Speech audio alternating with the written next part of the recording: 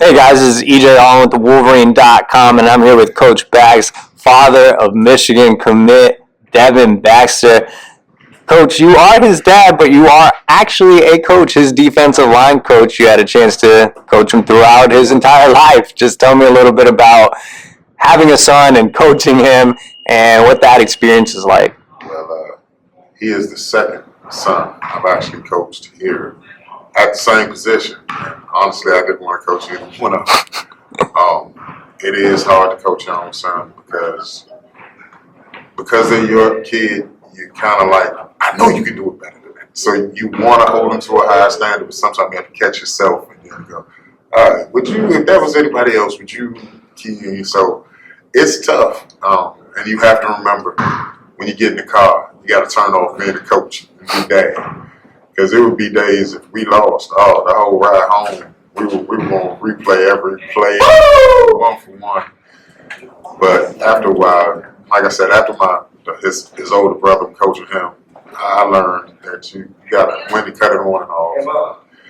It was fun. I will say this much: I will miss him next year with our defensive line group. Not because he was my son, just because he brought an energy to the group. He always made it fun.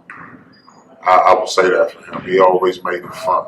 I will say I will miss that about him.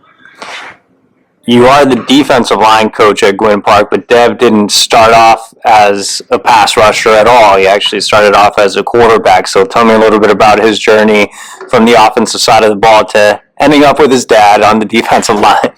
So the really weird part was Devin was never supposed to be a quarterback at all.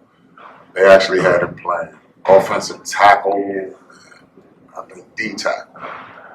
So one day I had to come up here. We had practice, and his older brother was playing, and his older brother was on JV, and he was going to wind up having to play quarterback for them.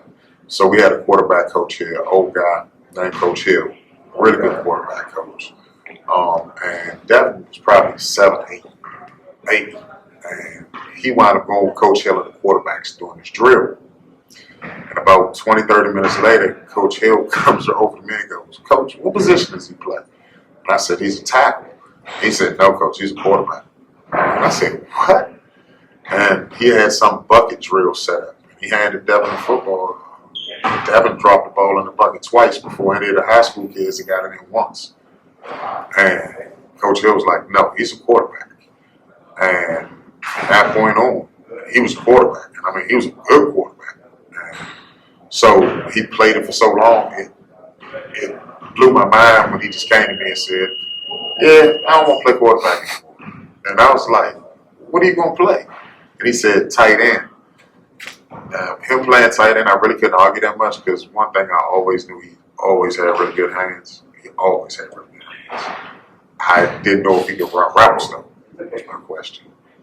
But he wound up being pretty good at it. So when he got to the defensive side of it was, here at Gwynn Park, you're going to play two positions. That's the way we roll. We are old school. You're going to play two positions. So his natural position on defense was at the edge. And he honestly, once I think he got to it and he understood it, he made it his own. And that's when he really started to enjoy it. And once he started to enjoy it, they couldn't stop him.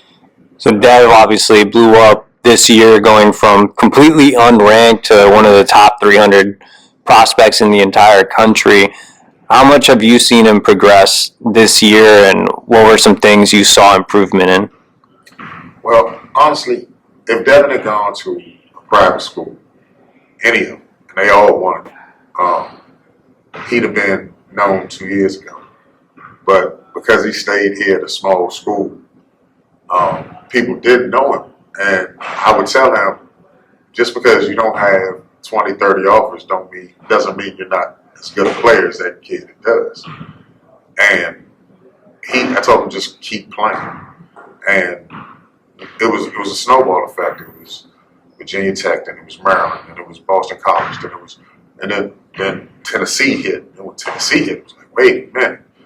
But I've been telling him since he was 5 years old. I told him and his older brother that they were both D1 athletes. I was like, but it was up to them to put in the work to become a D1 athlete. And both of them put in the work to become one. And he's seeing the fruits of his labor now. Only one offer mattered, and that was Michigan. Obviously, gave his commitment to the Wolverines. How happy were you when he picked Michigan? And as a father, what stood out to you about the program? I can say when Michigan came, when the Michigan offer came, for me it was a pragmatic thing. Out of all my kids, Devon is the most like me in that fact. He's very pragmatic about stuff. He never gets too high, gets too low. I think that comes from his years as a quarterback. But when he and I sat down and we talked about it, we're like, okay, out of all these schools that are offering, which one consistently puts edge rushers in the league? If that's your goal to be a National Football League player one day, which teams has a history of doing that? And honestly, out of all the teams, and there were some very good teams, I'm not knocking anybody, but consistently Michigan has a history of putting edge rushers in the league, from everybody from Aiden Hutchinson to a job on Quiddy Pay. I mean, it's a ton of them. So it kind of, like you said earlier, it was kind of a no-brainer. So I was happy when he made the decision. Honestly, long as he was happy, long as he felt comfortable, that was my biggest thing, because I don't have to go live there for 4 years. You do, you know. So when it was Michigan, I was glad that the place that pragmatically made the most sense was the place that he was comfortable with. And after that, go blue.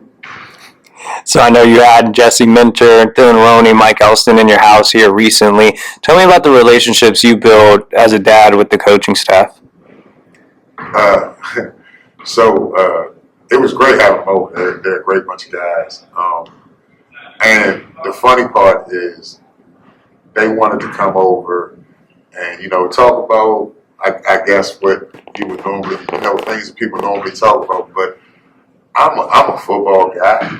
So in my spare time, I'm talking football. So when they came over, I know they probably wanted to talk about the weather and everything else, but I was like, so how we gonna game plan to stop Melrose? I wanted to know about everything. I wanted to break down film with them if I could. So it's good to talk to them, because they make me realize, oddly enough, they make me realize it's more to life than football.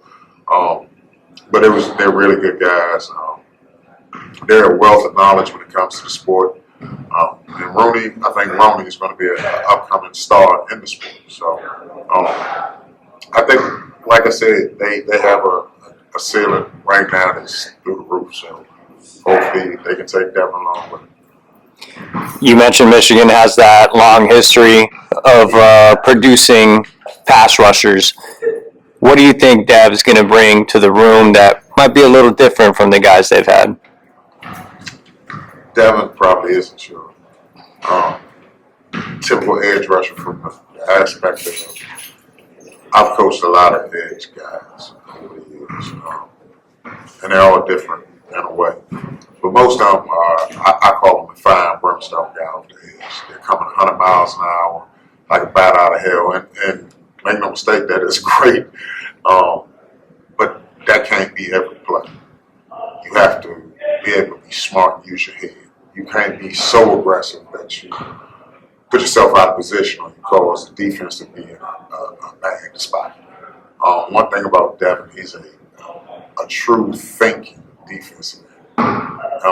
And sometimes, when you hear people say that, you think, oh, that's a bad thing, because you don't want somebody thinking, you want somebody just playing. But he's an intelligent football player. He understands what teams are trying to do. He understands leverage. He understands, from his offensive background, what a team is trying to do to you matchup-wise. And he is very good at diagnosing and playing. What he brings is length. Sometimes I forget how long his arms are. And I can't count the number of plays when somebody thought they were going outside of him and you just see this long arm reach out of nowhere and just grab him. So he brings length and problem.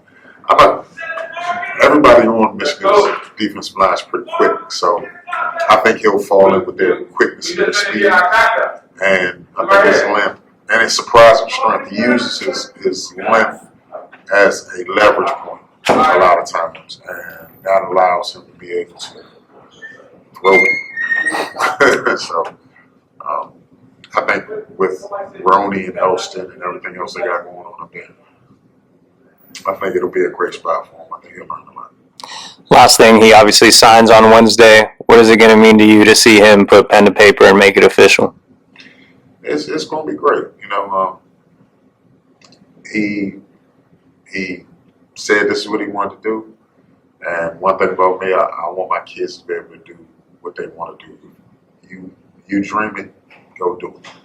This was his dream. He's going to do it. So it'll make me happy that he's going to a great school with a great history and a great football team. But I'm just happy he's able to do what he wants to do in this regard. So that's probably it for me. Thanks, Coach Bags. Sure.